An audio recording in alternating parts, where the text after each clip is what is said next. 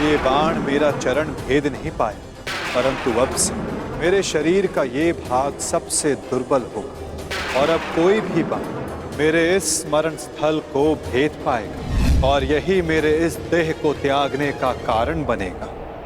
आपका स्वागत है कालदेव। माता गांधारी का श्राप अब पूर्ण हुआ।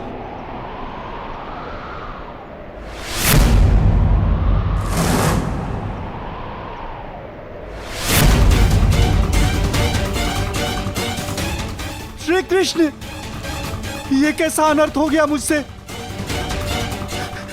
प्रभु, प्रभु मुझे माफ कर दो प्रभु, मुझसे बहुत बड़ी भूल हो गई। मुझे लगा कि यहाँ कोई हिरण है, परंतु। तुम विलाप ना करो व्याध, तुमने कुछ भी अनुचित नहीं किया।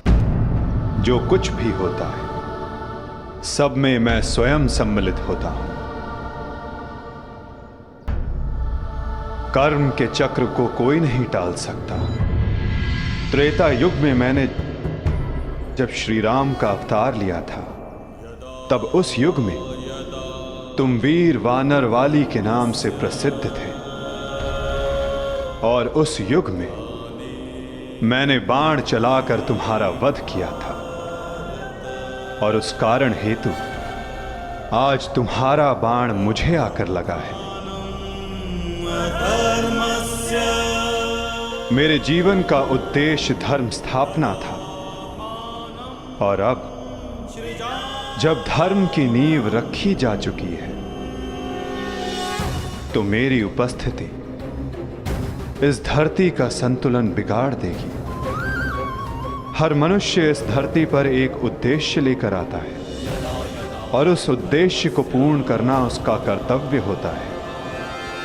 मैंने अपने जीवन का उद्देश्य पूर्ण किया और आज तुमने अपना कर्तव्य पूर्ण किया व्याध।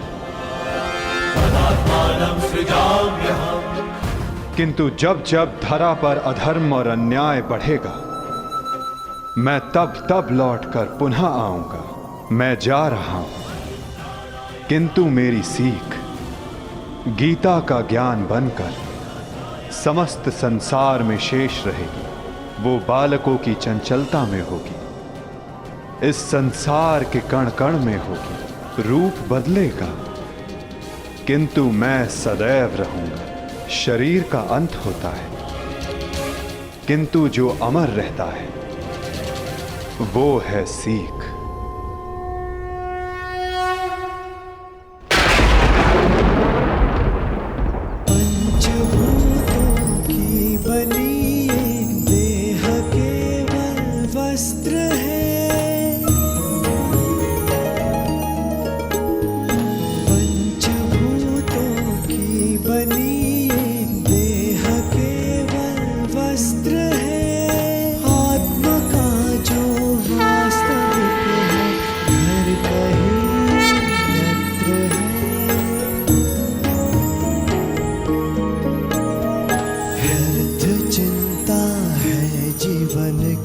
व्यर्थ है मृत्यु का भय, आत्म को ना मार पाते शस्त्र अग्नि ना समय। ईश्वर स्वयं है सृष्टि सारी, कहाँ उसको खोजना। जो भी होता शुभ ही होता, सब उसी की योजना। कामनाएं फल की छूटे, वो ही सच्चा कर्म है। ईश्वर चरण में हो समर्पण, वो ही केवल धर्म है।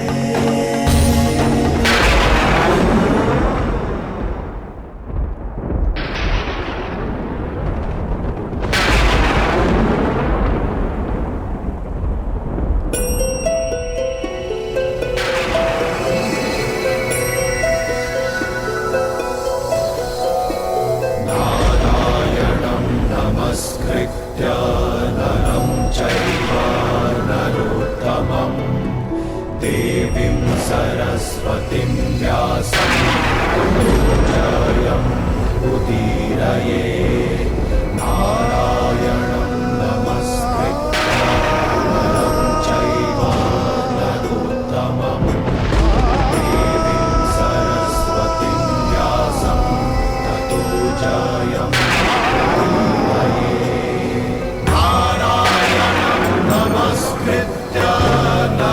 चैव नरोत्तमं देवीं सरस्वतीं व्यासं ततो जयमुदीरये।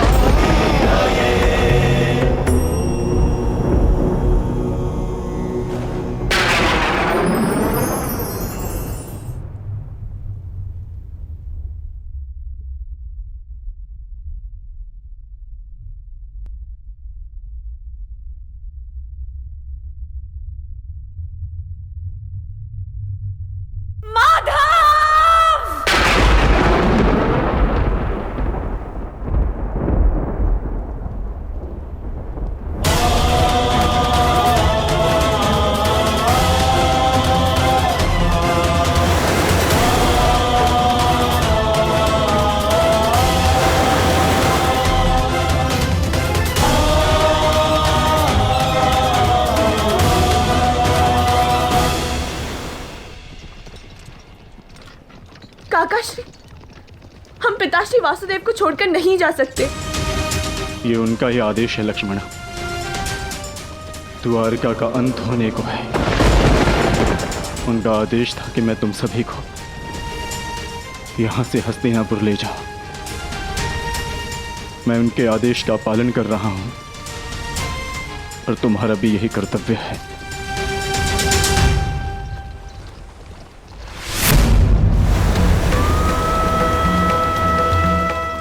भगवान,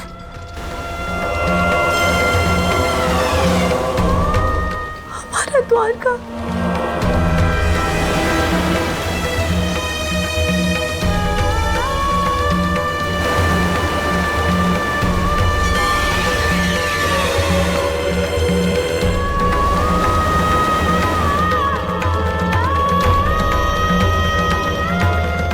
माधव का संदेश था लक्ष्मणा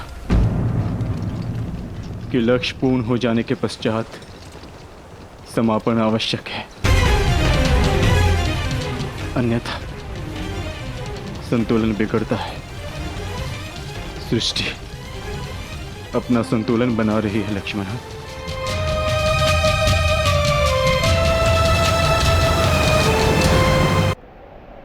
आर्य, आर्य युधिष्ठिर।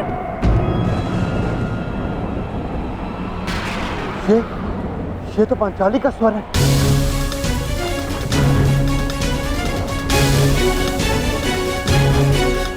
आर्य, आर्य, आर्य, आर्य, माधव। क्या हुआ पांचाली? माधव किसी संकट में है आर्य। द्वारका पर कोई संकट आया, वो माधव किसी समस्या में। हम हाथ पर हाथ धरे नहीं बैठ सकते। शांत शांत शांत शांत पांचाली, शांत। तनिक सोचो, जो हर समस्या का हल है, जो हर संकट का मोचन है, उन माधव को कुछ नहीं होगा। और फिर अर्जुन द्वारका गया है ना। परंतु आर्य। धैर्य रखो पांचाली, माधव को कुछ नहीं होगा। मुझे उन पर पूरा विश्वास है और अपने अनुज अर्जुन पर भी।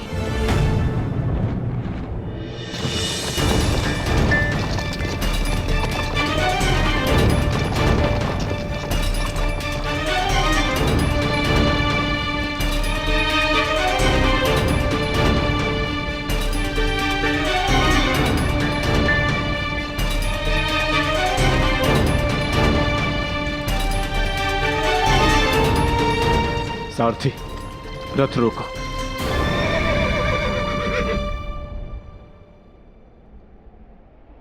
ये स्थान सुरक्षित लग रहा है। क्या हुआ काकाश्री, आपने रथ क्यों रुकवा दिया? यात्रा थकान को जन्म देती है लक्ष्मणा। कुछ प्रहर विश्राम कर लेना चाहिए।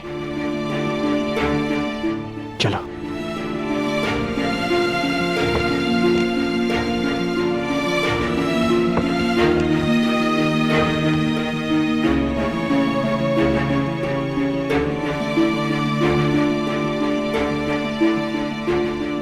आज मैं तुम्हारा सारथी नहीं हूं पार्थ, आज मैं तुम्हारा सखा हूं। एक ज्येष्ठ भ्राता के समान हूं पार्थ, और जैसा मैंने कहा है वैसा करो पार्थ।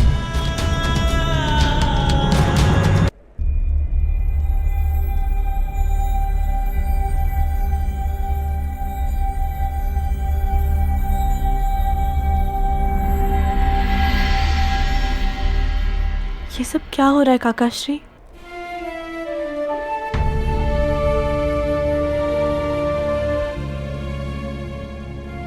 हम सभी मनुष्यों का जीवन एक यात्रा के भांति होता है लक्ष्मणा, जिसे हमें पूर्ण करना होता है। जहां से एक मनुष्य की यात्रा समाप्त होती है, वहीं से एक दूसरी यात्रा का आरंभ होता है। और यही जीवन है। परंतु हमारी यात्रा अभी शेष है लक्ष्मणा। तुम थक गई होंगी, जाओ विश्राम कर लो। जैसी आपकी आज्ञा हो।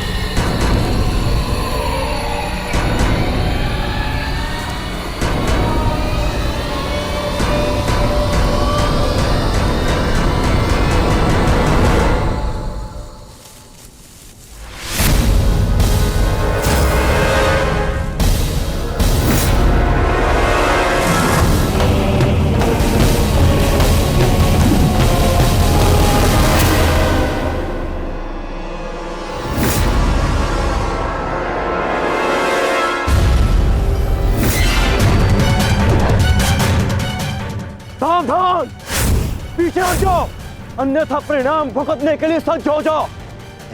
उत्तर दो इसे।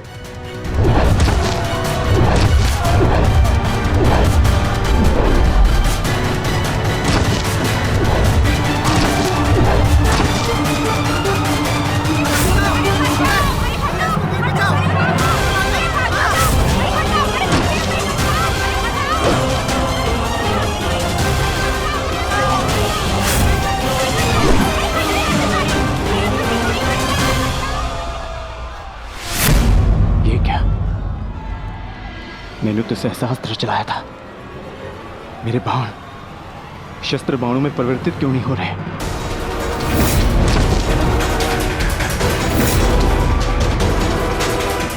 मेरा लक्ष्य कैसे चूक सकता है?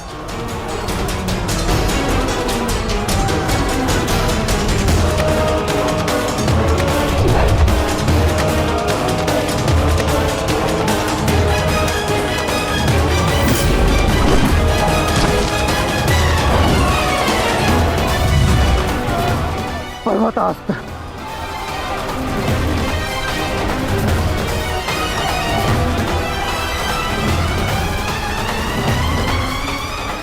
ये सब क्या हो रहा है? बाण प्रकट क्यों नहीं हो रहे? कैसे करूंगा मैं सबकी रक्षा?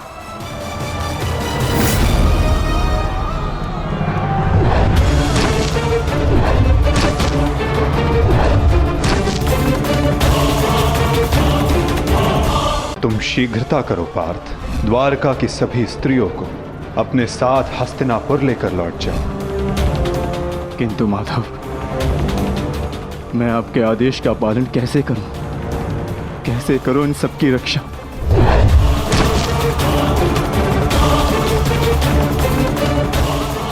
लक्ष्मण,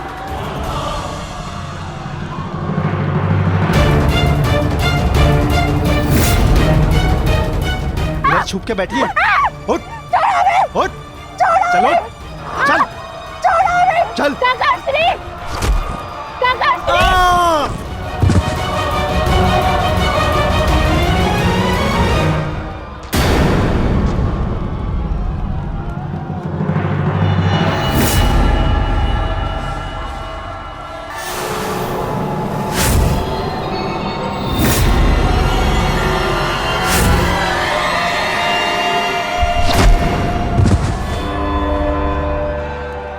वो दिन समाप्त हुए अर्जुन, जब सारा संसार तुम्हारे गांडीव से कांपता था। अब नवयुग आरंभ हो चुका है।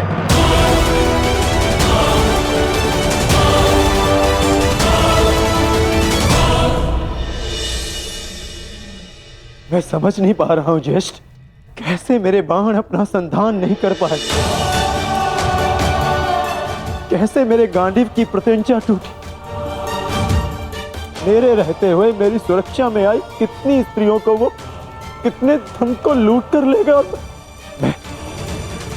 मैं कुछ नहीं कर सका। मैं माधव के आदेश का पालन नहीं कर पाया। जैसे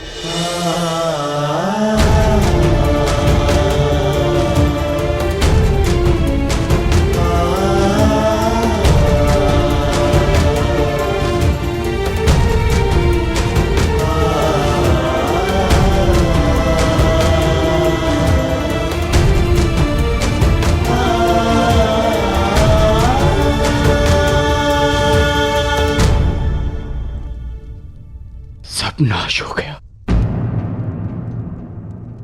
कुछ नहीं बचा। माधव का संदेश क्या है अर्जुन? हर प्राणी के जीवन का एक कारण होता है, एक लक्ष्य होता है पार्थ, और उस लक्ष्य के पूर्ण हो जाने के पश्चात उसका सृष्टि में रहना संतुलन बिगाड़ता है। द्वारका की सभी स्त्रियों को और बालकों को अपने साथ हस्तिनापुर लेकर लौट जाओ, ताकि वो हस्तिनापुर के परिवर्तन का भाग बनकर धर्म के मार्ग पर चल सके, नवीन युग का आलिंगन कर सके। मैं समझ गया अर्जुन, मैं समझ गया।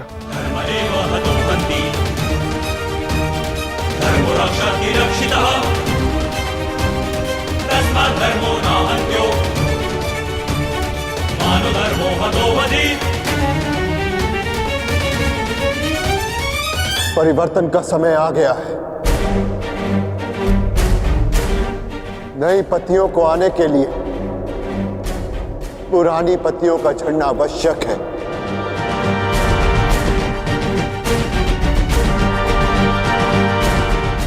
आपका मंतव्य क्या है आर्य? शीघ्र ही सबको सब कुछ समझ आ जाएगा।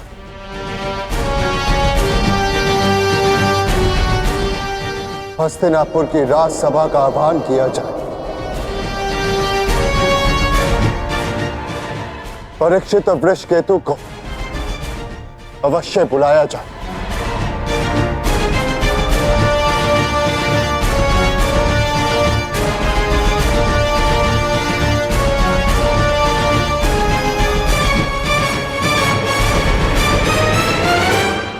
आज ये सभा यहां इसलिए बुलाई गई है, जो योग्य है उसे उसका अधिकार प्राप्त हो।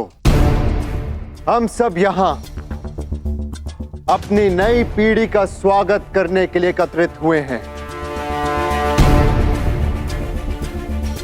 वृषकेतु,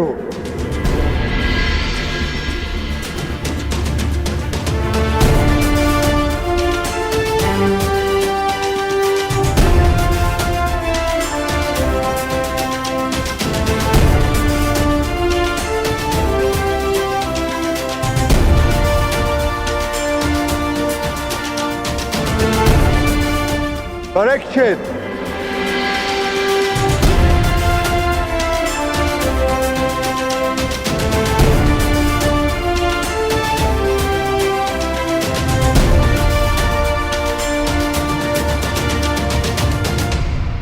मैं सम्राट युधिष्ठिर आप सभी के समक्ष परीक्षित को हस्तिनापुर का राजा घोषित करता हूं। महाराज परीक्षित की, महाराज परीक्षित की, महाराज परीक्षित की, महाराज परीक्षित की। और वृषकेतु को इंद्रप्रस्थ नरेश घोषित करता हूं। महाराज वृषकेतु की, महाराज वृषकेतु की, महाराज वृषकेतु की, महाराज वृषकेतु की।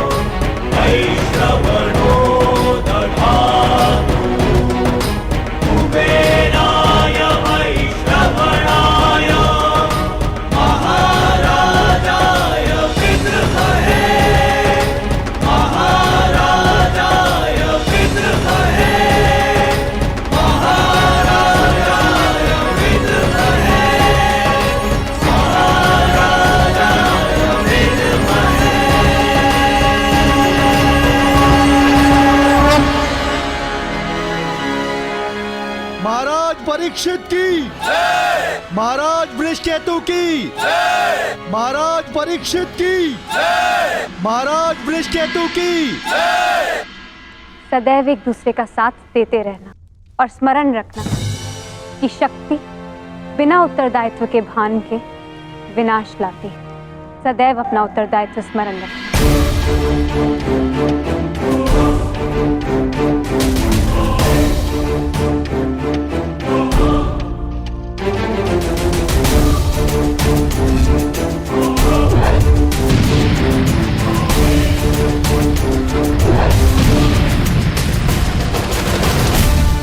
तुम्हारे पिता ने तुमसे छोटी आयु में चक्रव्यूह तोड़ा था। ध्यान रहे, काम, क्रोध, मद, मोह और आसक्ति के चक्र में मत पड़ना पुत्र। हमें तुमसे अनेकों आशाएं हैं।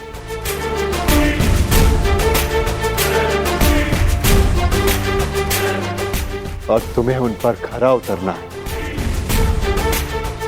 मुझे विश्वास है कि मेरे पश्चात परिवर्तन का रहस्य है प्रारंभ होगा। हमारे पिता समाज के लिए प्रेरणा थे। तुम भी उनके जैसे सूर्य बनकर चमकना, उनके यश को और भी अधिक उज्ज्वल करना पुत्र।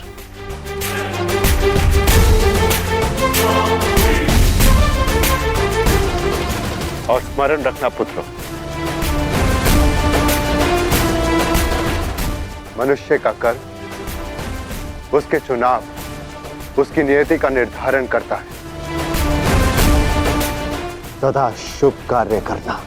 महाराज वृषकेतु की, महाराज परीक्षित की, महाराज वृषकेतु की, महाराज परीक्षित की, महाराज वृषकेतु की, महाराज परीक्षित की, महाराज वृषकेतु की, महाराज परीक्षित की। शौचमिंद्रिय निग्रह निर्विद्या सत्यं क्रोधो दशकं धर्मलक्षणम्। निर्विद्या सत्यं क्रोधो दशकं धर्मलक्षणम्। दशकं धर्मलक्षणम्।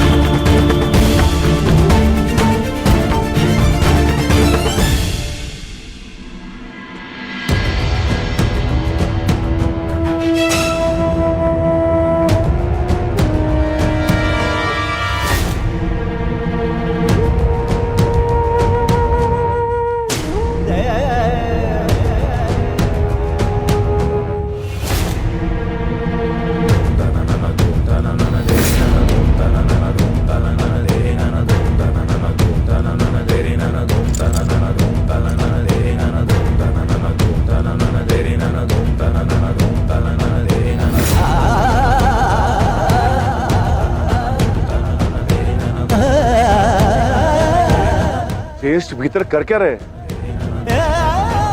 उन्हें भीतर के काफी समय हो गया है। हमें भीतर जाकर देखना चाहिए।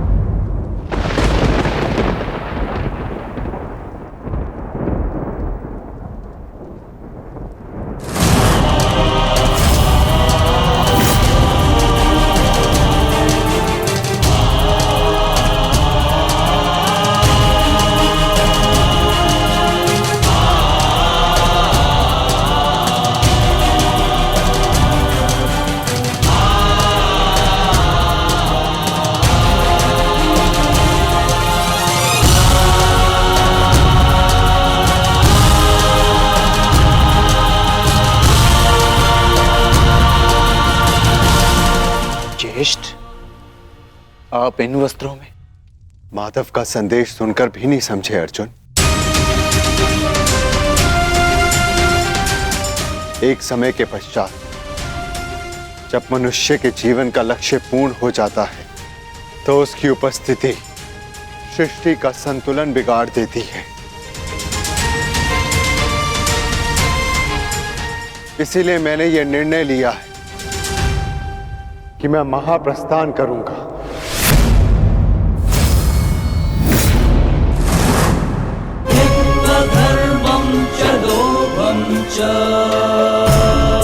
किंतु इस प्रकार आप हम सभी को अकेले छोड़ के नहीं जा सकते ज्येष्ठ। यदि आप महाप्रस्थान का निर्णय ले ही चुके हैं तो हम सब आपके साथ चलेंगे।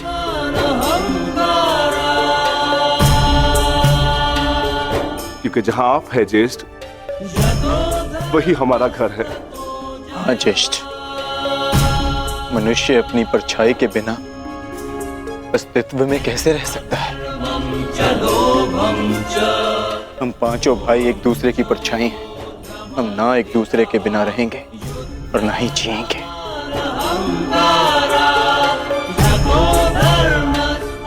एक बार फिर आप सबने अपने भ्राता प्रेम का उदाहरण प्रस्तुत किया, किंतु मेरा क्या आर्य?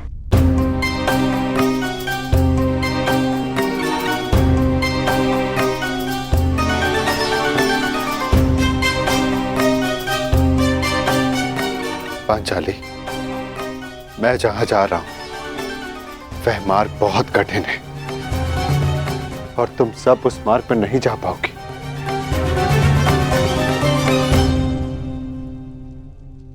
कोई भी मार्ग मेरे जीवन रूपी मार्ग से ज्यादा कठिन तो नहीं हो सकता ना आर्य?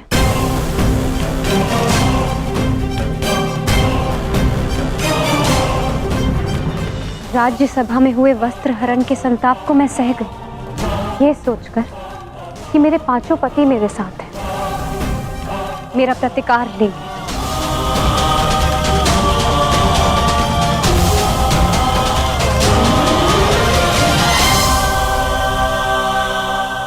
राज्यसभा में हुए वस्त्र हरण के संताप को मैं सह गई, ये सोचकर कि मेरे पांचों पति मेरे साथ हैं, मेरा प्रतिकार लेंगे।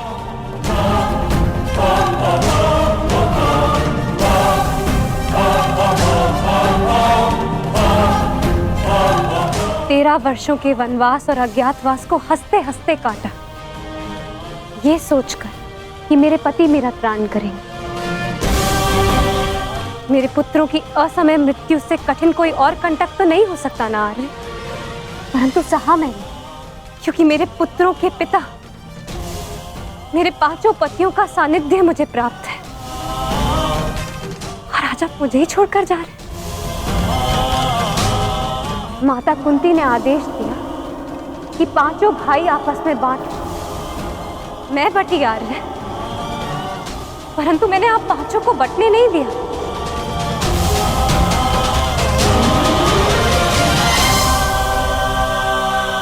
चाहे मार्ग के कांटे हो या पत्थरों की ठोकरें, हम सबका प्रारब्ध साथ है।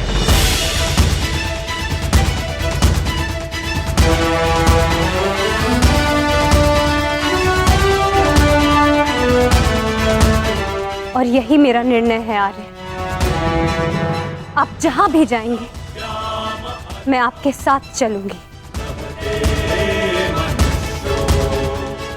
और मुझसे मेरा यह अधिकार कोई नहीं छीन सकता, स्वयं आप भी नहीं।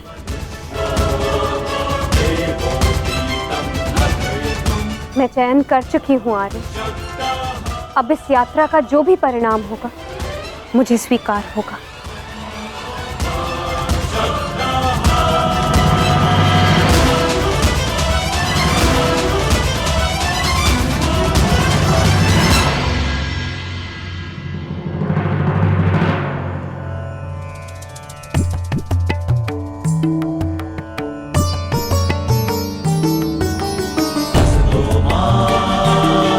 सद्गमया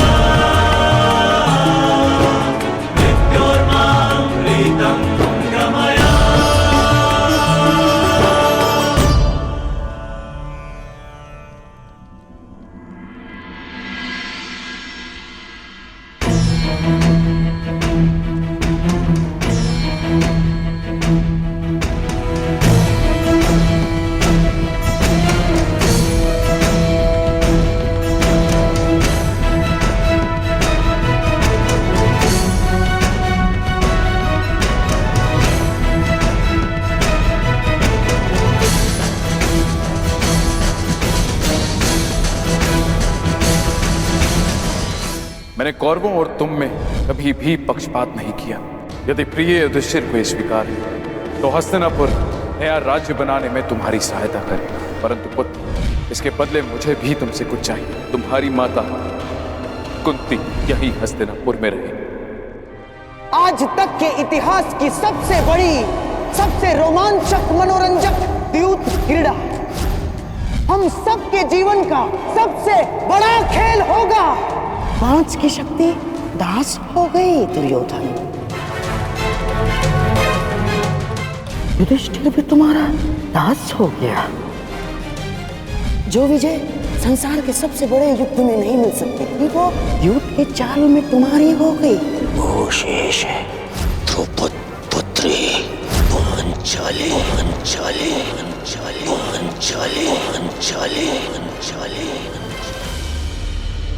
अब ये द्रौपद पुत्री पांचाली विधिवत तुम्हारी दासी हुई।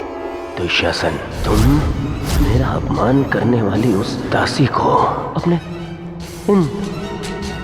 इन भुजाओं से उसके बाल पकड़कर खींचकर इस सभा में लेकर आओ। दुर्योधन, तुम अपनी सीमा का अतिक्रमण कर रहे हो। वहीं पर उन्हें विराम लगा दो। तुम इस भांति एक स्त्री का अपमान नहीं कर सकते। सावधान दुर्योधन, आप अपनी प्रतिज्ञा की सीमा में बंधे हैं पितामह। आप अपने वचन से बंधे हैं आचार्य। और तुम कर्ण मेरी मित्रता के बंधन में बंधे हो कर्ण। लीजिए ज्येष्ठ आपका आदेश ना मानने वाली दासी। आओ दासी द्रौपदी, आकर मेरी टंगा में बैठो। आओ। वस्त्र हरण करो इस दासी का।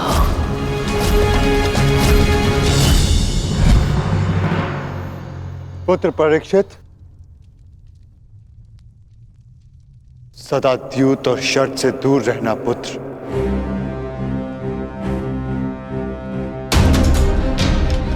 क्योंकि ये मनुष्य को काल के गर्त में पहुंचा देता है।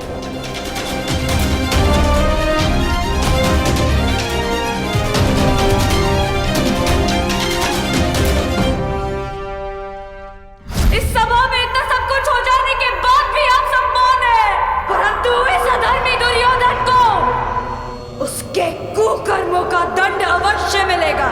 और उससे पहले इस सभा में उपस्थित वो हर व्यक्ति जिसने मौन रहकर ये अधर्म होते हुए देखा, उन्हें उनके मौन रहने का दंड मिलेगा। श्राप है ये अपनी सुता द्रौपदी का।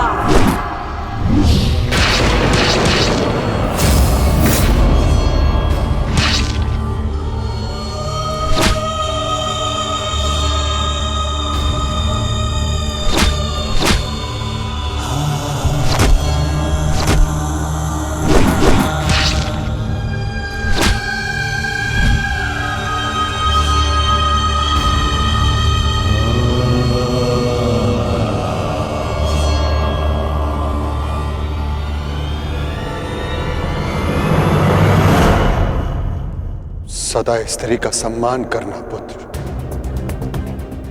किसी को भी स्त्री का अपमान न करने देना, क्योंकि स्त्री का अपमान प्रकृति भी नहीं सहती।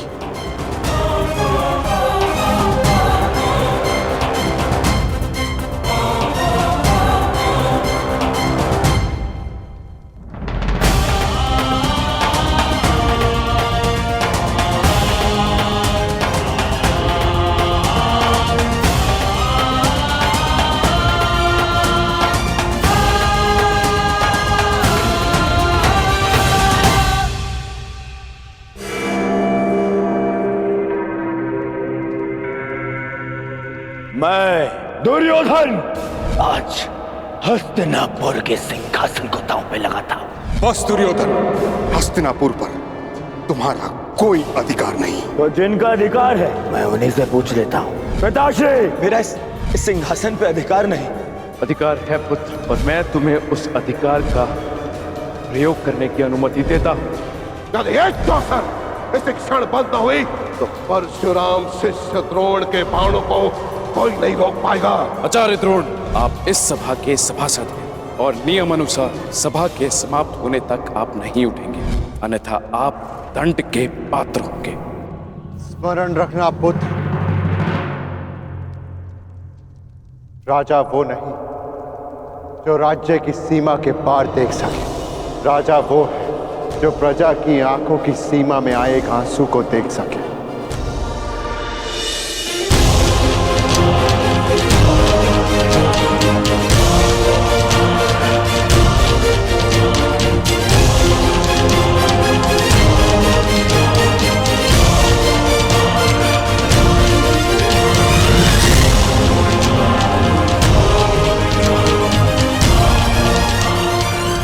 राजनीति